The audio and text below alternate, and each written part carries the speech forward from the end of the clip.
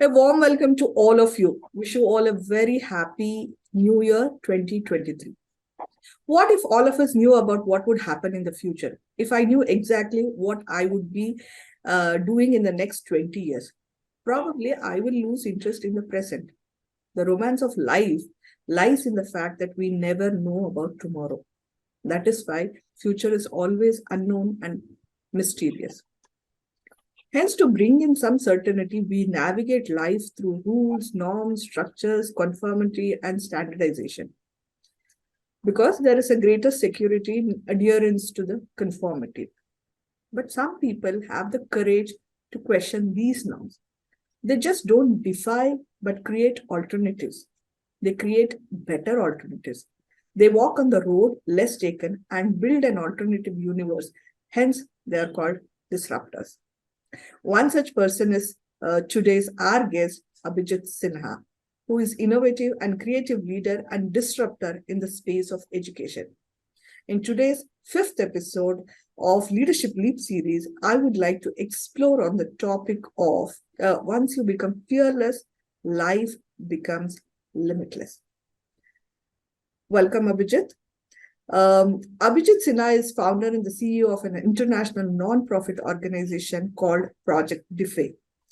Through his organization, he creates a new variety of schools which have no teachers, exams, or curriculum, where children and adults of all ages decide what, when, and how they learn. These learning spaces are called MOOCs, started in a small village in Karnataka and are now spreading around the world, already existing in Rwanda, Uganda, Zimbabwe, Bangladesh, apart from various parts in India. Abhijit believes that education system around the world need a complete reimagining so that we stop breeding children for jobs and start enabling them to happily live their lives and achieve their dreams. Once again, a very warm welcome to you, Abhijit. As an opening note, please do share something unique about yourself to the audience. Thank you so much, and it's a pleasure to be on the show. Um, I don't know what's unique about myself, but there is certainly something unique about what we do. Um, People say that you shouldn't reinvent the wheel, and but that's exactly what we are doing. We are reinventing how education works. We are reinventing the very definition of what a learning space should be like or should feel like, and that's quite interesting. And I truly believe that reinventing is quite important. If we did not reinvent the wheel, we would not be able to fly today. And that's we have to sometimes reinventing might mean that the wheel will no longer look like a wheel, and education will no longer look like education. The way it is would be completely transformed, and maybe it will go from being something which has benches and tables and blackboards and curricula to something else. Maybe we don't know exactly what that else is, but somebody has to start making some movements in that direction so that we can finally discover that. So yeah, that's I think that's what makes us unique. We are stubborn in our approach of reinventing. You've already set the tone for this conversation. My first question, because I think I am on the other side, and the basic question is more on the survival, the roti, kapda, makan kind of a question. See, all of us, most of us are in a situation where, years of working, the fear of future, and there is so much of uncertainty, more of a survival mode than, thriving mode. How did you even think of trying to solve a situation like education system, which highly is following conformity and standardization, Yeah, so I think the even the idea that your basic necessities are very hard to get, your roti kapra bakan, is extremely inaccessible. That there is no abundance. That there is only very limited access to your basic needs. This idea is created through fear, and that fear is instilled all the way as you get educated, all the way through your school, and then in an accelerated way while you go through university in India. So in essence, there is an abundance of all of these three if we try to understand what is it that we truly want and where is it that we want to go. um, but there is a strange fallacy created in our minds. I'll give you an example. When I moved to Bangalore, I met several people, young people who had been staying in Bangalore. They had come here looking for jobs, and they had been looking for 4 or 5 years now, and they didn't find a job yet, right? And in this time, not one of them thought that, okay, maybe I should make something and try to sell. Why wait for a job, right? So now, who put this thing in their mind that you get an income only when you get a job, and you get a job only when a company hires you? This was put in his mind through the educational process.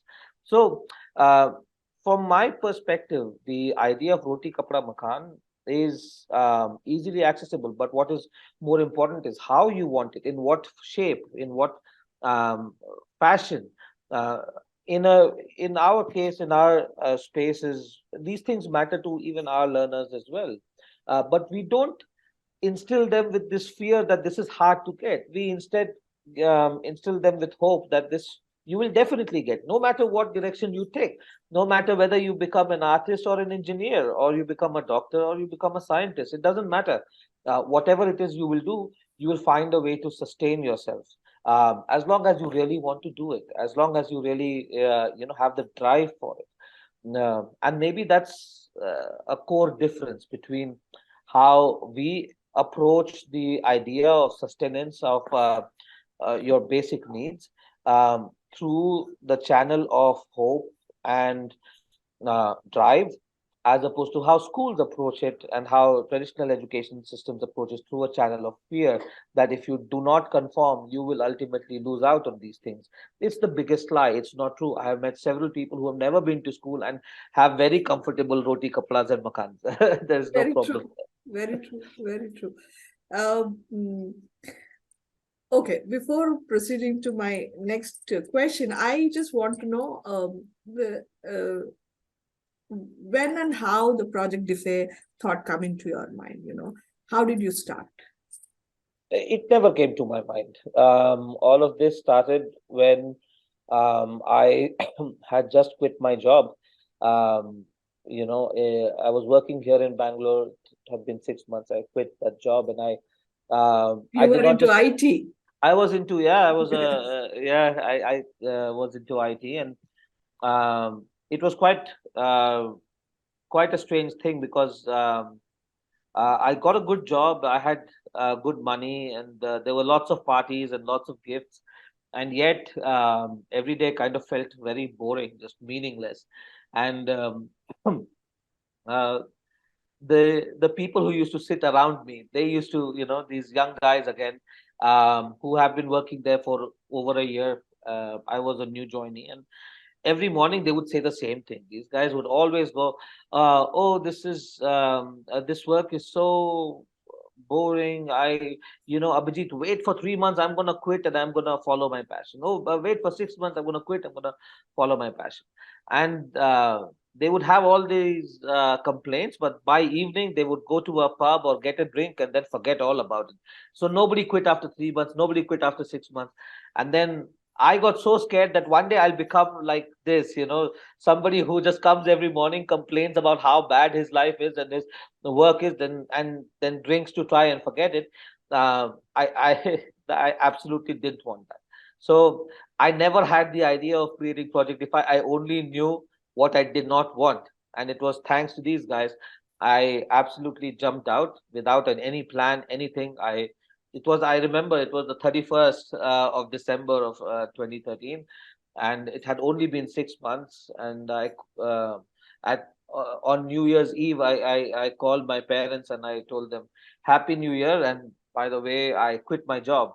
And my parents were so angry. You should have seen it. Like they really could not understand. They were saying, "Oh, so did you get another job? What's the new package? I'm like, no, no, no, there is no job. And they're like, okay, so what's the plan? No, no, there's no plan. I don't know what I'm doing. I just know that I've quit the job and I don't have any money to pay the rent, so I'm leaving the house also, and I'll figure something out. And I did, and I moved out. Not only moved out of the job, I moved out of Bangalore city as well, because I knew that being this person who's left their job, and I would be considered, quite a failure, even by my own friends, because they were all working. And so I started living in a village outside of Bangalore, with another organization, and just living there, being there, helping them in some ways. Um, but yeah, so that's where the journey started. So my I don't know, maybe it's different for other people who have ideas and they try to implement it. For me, it was like a tumor. I was trying to just remove the tumor first, and then Mm. empty my slate, and then think about what I want. And only when I got to this village, only when I had the time and the space, I could start experimenting again. And that's when the Nuke and Project Defy was eventually born. Super. So you mentioned that, meeting colleagues who wanted to do something and they didn't do, that kind of instilled a fear for you to come out of it. Can you think of any distinct single moment which defined your, like, I have to take this path, the fearless moment where you just decided that I have to come out of this? No, I think no, it was so. This thought was, bro, from day one. Like the day I entered the office, it just felt wrong. Kind of. Sometimes you feel you're just in the wrong place, and it felt wrong because up until that point, all my childhood, everybody told me that, study hard now. I know life is hard, and just forget about everything. Just study hard, because once you get into university, and then you get a job, then life will be great. You will have all the freedom. You can do whatever you want. You can live the way you want, and you'll be happy.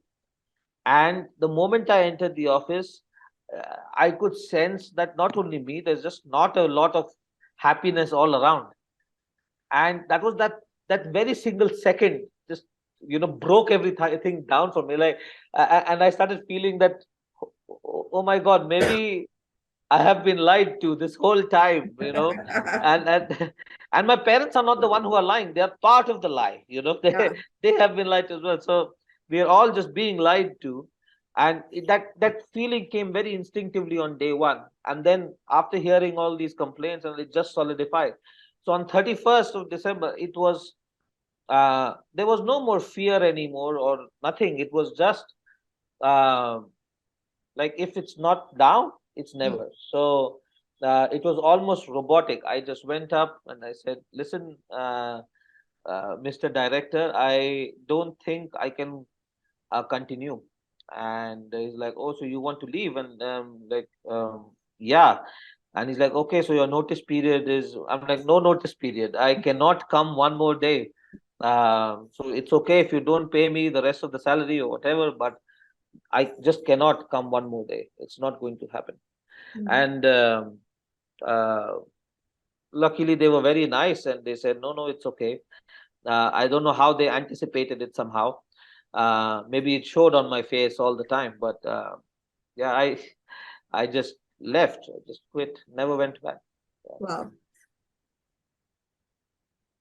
It's very interesting. Like, you took the decision and you made that decision. I think you're starting your 10th year, right? Since you quit, like if you Yeah, 2013, it's a right? whole. It's getting to be a whole decade now. Yeah, yeah, Um, so yeah. far, it doesn't feel like a wrong decision. So I'm happy. You've come a long way with Project Defy. Can you just explain its inception and the journey so far? So, before Project Defy was born, what happened was I was staying in this village called Banjarapalya, and I just happened to have a lot of time, so I would, in the afternoon, I would go sit at this local tea shop where that was the only tea shop, and I would have my tea and play games on my phone. And the kids would come out of the school, which was right next door, around the same time. So these kids, they started noticing, not only me but other friends also, that we're playing on our phones. And so one of the kids, these kids, they just started forming a group and watching what we do with our phones.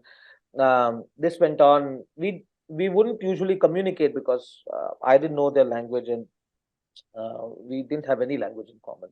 So it was just a very quiet relationship of them watching what we do on the phones and hanging around.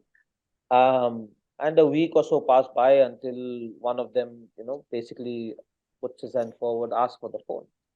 And I'm very hesitant. I'm pretty sure that, here there's no computers, no smartphones. I mean, we're talking about a decade ago, so I had not seen a single digital device except basic phones around. And uh, I was hesitant, but I gave the phone, like maybe in 5 seconds, he'll give it back to me. I gave the phone, the kid ran away and immediately went into the circle of children, and he was surrounded. And I can't see the phone anymore. So I wait patiently, 10 minutes, 12 minutes, 15 minutes. Ultimately, I get impatient and I want to see what's happening. So I look inside, try to see what this kid is doing. But this child does not have the phone anymore. Instead, the phone is with, the fourth or fifth child in the circle, and they're playing Temple Run, so furiously, so like, as if they've always been playing it. And this continued for a long time. And after a few days, they broke all my Temple Run records, and I had to give up playing the game because I just couldn't beat them anymore. And but it made me realize that this is quite interesting, because I thought somebody has to show them how the smartphone works, and then they will use it. So I thought, okay, let's do an experiment. Let's give something a shot. And I asked my friends to give me their laptops. I put them in a room connected to the internet and invited the children that, hey, why don't you come and play on bigger screens? And these kids, they came, they were, just about 10 to 14 years old. And they came. I put all the laptops behind me, one after the other, about five of them. And I put my back to the laptop and I started playing games on my laptop and nothing else. No instruction, nothing was given. Um, didn't try to explain anything to them. And the children, they waited for a few minutes to see if there's any instruction coming, and nothing came. So they just went off to the keyboards, to the laptops. And I made a promise to myself that I will not turn around, no matter what. Don't look inside, because if you look there, then again you supervise, maybe the behavior changes. So don't turn. Um, just keep playing games. And these kids, I could hear them. They were very loud. They were like tapping the keyboard really hard, and they would come every few minutes. Somebody would come, watch what I'm doing, then go back, and they would say something again, and then they would tap. And this went on for 2 3 hours, and then finally it started getting quiet. And as it gets quiet, you start feeling a little nervous, like what happened here. So finally I gave up. I turned around, and now I see all these children are sitting about 2 3 per laptop, and they're playing, car racing and boxing and all of these games. And these games are not even in the laptop. They're playing them on the internet. They somehow just figured it out, tried it and figured it out and started playing on the internet. I was very surprised, because I was always of the opinion, or I was always taught that internet and computers, these are things you have to teach somebody and then they learn what to do with it. Um, so I said, okay, if this works, then maybe we can do more. Maybe we can go to more than playing games. So we started. I had this bag full of tools. I put them on the wall, and I showed them YouTube, and we started building things, just things that we found interesting, boats or ball throwing machines, or whatever it was that was interesting for us. Or we would repair something that, kid would break their bike, and we put lights on it, or whatever they wanted to do. And suddenly it became a space, where people would just come every day. And not only these children, even older people started coming, adults started coming, 60 65-year-old people started coming. And that's how our first space started. It had no name. It had nothing. Like it nobody planned it. Nobody thought, yes, let's create a space. But it happened. And as it happened, then we thought, oh, okay, this is something where people just come to learn and do things. They're not scared. They're not here because somebody told them to come. There's no exams here. There's no curriculums here. It's just learning because they enjoy it. And yeah, that was the very beginning. Hmm, hmm. I've become quite listening to this story. Actually, it's very fascinating. It's like it looks like it happened organically. You didn't think about it, and it's just that single guy, first guy who came and took your mobile, like he started kind of a revolution, you Yeah. know. So, how I'm kind of curious. You said that you started this Nook, and it's a long journey when you look at it, right? How did you make this little learners who are now part of your Nooks to be somebody very confident, in comparison? They're also what kind of background they are from, and then how they fit into the society in terms of education later on. See, I didn't have to make them confident. I just had to prevent their confidence from being broken. See, people think usually that nukes are something like a very crazy idea. It's not. What we do different from education systems currently or schools is that we don't put the barriers they put in front of children. So there was no, yeah, for adults we have to help them to become more confident. But children, they are quite confident, and we don't break that confidence, and that has always helped. So, in terms of background, different nooks have different people. We create the nooks always in very marginalized communities. So, most learners that come, they come from very challenged socioeconomic backgrounds, and they're not just children. So, there's adults, there's women who are coming, there are older people who are coming, and they all face some degree of marginalization. Of course, economic is very easy to see, but then there is also a lot of social marginalization. For example, women are not allowed to leave their homes in many communities where we work, or they are not allowed to mingle with men or even boys. So that's usually the kind of situation in which nukes exist. So very real situations, very, and these situations are everywhere. We think that we have progressed so much that such a situation would exist only in a small part of India, but it's not true. It's the majority of India. This is how it functions. And when they come to the Nook, nobody tells them, or scares them, or admonishes them for failing. If Hmm. they tried something and it didn't work out, we don't call them a failure. We don't say that, oh my God, you're so stupid. How could you do this? Look at Sharma ji ka beta here, and who is so intelligent and does everything right. We don't compare them to anybody, right? We instead sit together, analyze, discuss, and then move on. As opposed to sometimes when they're coming from traditional systems of education or even family, we have to actually tell them that, hey, don't worry, it's okay. Didn't you learn a lot while you failed? You tried doing something. Didn't you learn a lot? If you had succeeded, you would have never questioned, Hmm. why you succeeded. But you True. you failed, and therefore you questioned, and it's isn't that amazing?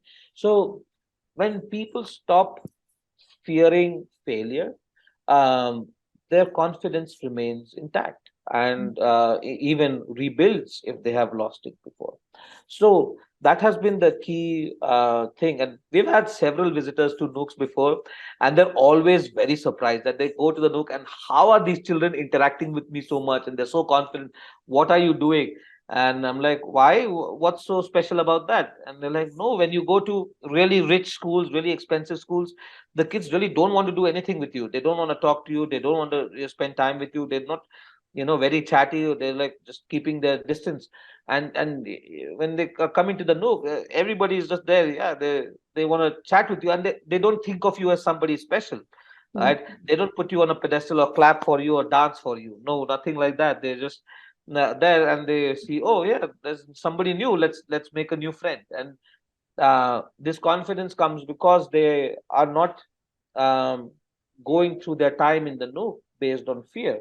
They're going through their time in the Nook based on a lot of other values like curiosity, like experimentation, like friendship and collaboration.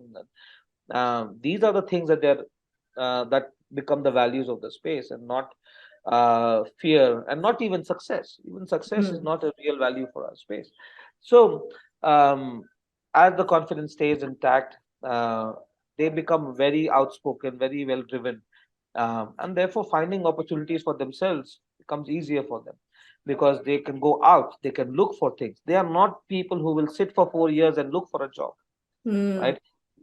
So this difference comes because we start perceiving life completely differently altogether. And that's it. What kind of values is the child going to live through as the child grows? The child is going to live through only fear, and this long drawn dream of success, which comes only after 20 years. There's no success in the present.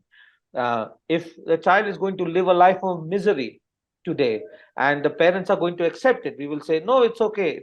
It's a perfectly okay collateral damage, that we allow our children to live through really bad times so that they can live happy times in adulthood. Um, I mean, to me, that's strange. How are you going to be happy if you never don't even know how to be happy? You've never been happy so far, In the and entire childhood. yeah. So these are the differences, and in fact, there was once somebody who had come to the Nook, and we were having a chat with a big group. And there was a young kid who stood up. He was going to a regular school, and he asked, this your kids, these guys are not, they're coming to the Nook. Maybe some of them are not even going to school, and I go to a regular school. I am taught so many things, and then I have a career in the future. And this kid is deciding for himself or herself what he or she wants to learn. How is this kid going to survive? That's the question. This was asked by a 12, 13-year-old. And I had a very simple answer. I said, okay, you tell me who has a better chance. There are two people. One person who wakes up in the morning and just has to follow through the routine, and then the next day, then the next day, then the next day, just following routines. They doesn't ask a question, doesn't think what I want to do, nothing. Just keep going through a pre-designed pathway. And then there is another kid who wakes up in the morning, and the first thing he has to think about is, what am I going to do today? Right? He has to make these decisions on a day-to-day basis. He has to confront his life on a day-to-day basis. He has to think about all the challenges that he or she is facing on a day-to-day basis. Who's going to be stronger at the end of this? Who's Hmm. going to have a greater strength to handle the world and to live in the reality? The one who has been living in a bubble, or the one who has been confronting these questions on a daily basis. So, and that's it. That's what makes the difference, I feel. Resilience is another value. I feel that the Yes. kids in the nooks, they have they have to have it to make it day to day. It's a very interesting the way it has formed. Well, another important question which is coming when I'm trying to connect all your discussions so far is like, uh, the fearlessness is one important thing that has stood out. As you mentioned on the when we were discussing about the roti kapda makan, is that you are different because you come from an abundance mindset, your fearlessness mindset.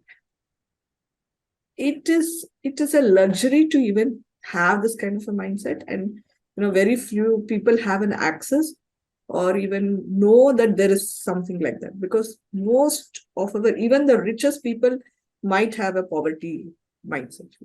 You are aware of that.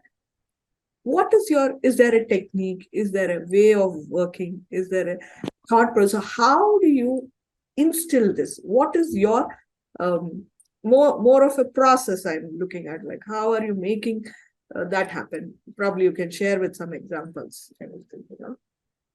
I'll tell you how I learned it because I think it's a thing you have to experience, right? So, I mean, I can talk to people for an hour about what abundance is, but um, when I was staying in this village, and I had completely quit my job, I had no income, and so basically, I had no money. And yet, every morning when I would come to the space, there was always a box of food kept for me. And I don't know where it comes from, who puts it, somebody in the village, some kid is bringing it. It's there always, every morning and every evening. There's always food, because after a point, the organization had left and we were still there. So, you know, and this is a village where, of course, they have much less compared to people in the city in Bangalore. But I can dare you, try going hungry one day and see if food magically appears on your table. No way. so, so this completely changed my heart. Like, I thought I am doing something good for them. It was Mm, completely the reverse. It was they who were fixing me, and not the other way around, right? They who were changing me, and I'm glad that I got the opportunity for that. I've seen it so many times, again and again. I've stayed in refugee camps. I've been to really difficult situations in villages, and never did I find that people just go hungry, or people don't have the support of the people around them, except in extremely dire cases where everybody is in that situation. But in the cities, I see it every day, every time. I see hunger, I see disconnectedness, I see mental trauma, all of that. So, uh, again, it's what is the difference between the city and the village, or these two communities? The difference is the life we live and the values we uphold. And somehow, and it's slowly dying out, but somehow most villages have still managed to uphold those values. We call them traditional, but they are, in my opinion, more modern than modern in so many ways, where you decide that, yes, no, we are a community, so um, our subsistence, our existence is codependent on each other. We cannot just think that I will do very well alone, and everybody else can go die, whatever, doesn't matter to me. um, Somehow that has still survived despite education, but slowly that is also going away, mm, slowly, as they are also focusing a lot more on schooling, focusing a lot more on the capitalistic adventure. Slowly this is also going away. So we have to stop that. We have to stop this wonderful thing that already exists, the idea of abundance that exists not only in India, but also in Africa, but also in South America, but also in the tribes in Australia and New Zealand. It exists all over. We have to let go of our ego and go learn, as opposed mm. to thinking of them as somebody who's deprived and who needs our help. It's quite the other way around. So yes, there's some things we could help with, but there is a lot that first has to change with our own mindset. So if anybody wants to start thinking about abundance, or wants to start experiencing it, then they just have to find a new place, a new community, that is very far away from their city life, and live there for a few days, few weeks, and uh, then then the experience will come on its own. It's not rocket science. So yeah, but I do feel this wisdom exists. We are the ones who are hiding it away. In fact, just a while I was talking, right? The vacation when I spent in a small place, I think when you're talking about that abundance, that is what I see. The person who's running that place is so confident with like four vegetables and a rice. He knows how to run the whole thing. He doesn't have to depend on too much of money, and that confidence comes. He says, even with a peel of an orange, or with banana peel or anything, I know how to cook, and I serve. Yes. I mean, that kind of confidence you don't see here in the city, or when you are in a lot of materialistic thing as such. We need Yeah. more and more and more. That's very interesting, Abhijit. That's very interesting. Where do you see Project Defy in the next 15 years? Do you see such kind of more schools, or this kind of education becoming a mainstream education? Um, I am hoping that in the next 50 to 20 years, the idea of mainstream education itself will dissolve. That we will have, let's say, multi-stream education, where you can choose what kind of learning space you want to go to. You want to learn from a teacher, that's fine. You want to learn by yourself, that's fine. You want to learn on your computer, that's fine. You want to learn through experiencing things, that's fine. You want to learn through traveling, it's fine. And all of these things should become counted as education. So it's not that I want nukes to replace schools. With nukes, all we are doing is we are expanding the spectrum of what is called education. Hmm. So until you expand the spectrum, other people will not experiment beyond the spectrum of mainstream schooling. It will always come back to something that looks like a school. So if we can push the spectrum very far away, we can push it to a point where it feels like, oh my God, this looks nothing like a school. So at the either there'll be people who come in between the two or even beyond us, and there will be more and more experiments, and there'll be more and more radically different ideas that look very, very different from schools, and you have the choice of picking and placing.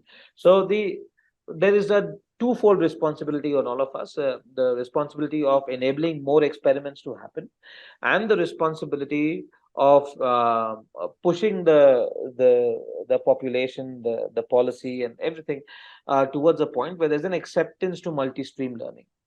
There's an acceptance to looking at a variety of different ways of learning, and judging them based on what they're able to create, and not just because they don't fit into a certain board or they don't fit into a certain curricular practice. So this is the future I hope to see before I die, at least. Very interesting and a very hopeful future for India and into the education system, actually the worldwide. When I'm talking about the world, I know you have not only worked for the people in India creating moves and all. You said that you worked in countries like Rwanda and Uganda, all kinds of places. How different or same is the way of working with children here and children in those countries? What do you see similarities or differences? I mean, I always joke about this because whenever we start a nuke in a new place, our the new people we hire there, they always tell us, "Oh, this will not work here because the people here are different. This is a different place." Abhijit, you don't understand. And I hear it everywhere. Even if I open a nuke 5 kilometers away in the neighborhood, then again I will hear it. The funny thing is that the differences are so little and the similarities are so much more. And that is why it has always worked out, no matter which community we went to, no matter which country we went to. The similarity is in the fact that all of us, or at least what we call this, the global South, uh, our collective confidence was broken at some point, and we were made to believe that you know you will get opportunities when you are given opportunities. You cannot create them, you cannot take them, you will be given opportunities, and then we become the very timid, we become without confidence, we become people who Powerless, are, helpless. yeah, very disempowered, and we're thankful for everything. And this comes from that colonial experience that we have all shared, right? And but yet, even despite all of this, there is this hope that I will change my life, I will do something, I'll get out of this. I do like some things, I do have dreams. I may not have the confidence for those dreams just yet, but I do have them. So because this little flame, this ember still exists underneath, uh, whenever we start a look, people just come out of the shell, and they break out, and they might do different things. Nuke here and the nuke there might do completely different things, and that's fine. That's their choice, they can do whatever they want. Maybe in one nuke there's more music. We see in Africa a lot, especially in Rwanda, they're really interested in music. So there's a lot of music there, and whereas in JP Nagar we don't see that much music, but we see sometimes a lot of electronics and a lot of cloth designing and so on. So it depends on what they want to do, but in the very essence of human life and aspiration, we are pretty similar. we are pretty similar in wanting to, break out of these systems that limit us. We are pretty similar in wanting to help the people around us, and that is something nice, and that always drives a Nook. And I feel, yeah, there's not much differences. Any differences that we see are actually very beautiful differences. Usually, sometimes, the difference in language, the difference in maybe sometimes the difference in the amount of time that they can that they have. That might be a little bit different. In some places, like in India, the influence of parents is extremely high, right? I've never had this experience where parents came and dragged their children out of the Nook in Africa, but it has happened several times in India. So uh, these uh, these things are there a little bit different, but in the coreness of our human existence, very similar people. Very interesting. I mean, sometimes we think different cultures, different upbringing, all these things, but that the core of the desire, the core of the nature, it is you want to belong, you want to serve, you want to thrive. These are the things that happens actually, and I think these experiences actually proves a point that that we are all kind of similar in Yes, spite of belonging everywhere and elsewhere kind of thing. yes. So I think we have kind of mostly come to the end of the session, which was very interesting. I wanted something special for the audience. I wanted to ask you three practical tips that you can share with the audience on the theme of once you become fearless, life becomes limitless, which is what you have done all through your in the last Mm. decade, I believe. Uh, yeah, okay, I have three things, right? So, um, the first one, I would say, is the first one and the most important one. I still follow it. Is don't wait for tips. Don't wait for suggestions. Don't wait for self-help books to tell you what to do. Mm, Uh, you know, don't wait for a very clear plan. You mm, know, Second, don't ignore what you're feeling inside. Your body never lies to you. It's always telling you what it's trying to reject, and you're forcing it to accept it. So don't ignore. And don't try to be perfect. The Nook, when we started, well, there was no question of perfection because we didn't even know what it was. So that helped a lot. Over time, today's Nooks look way better than the Nook that was the first one. But that's okay. And if I tried to create this Nook, then I would have never created. mm, So for somebody who to start out to try an idea, the best way to do that is to try out a very imperfect idea, because that gives you the space to then keep going further, perfecting it, improving it, and that then gives you the time to get more people to join, and more for it to become a bigger effort. So don't uh, expect perfection, and don't try for it also.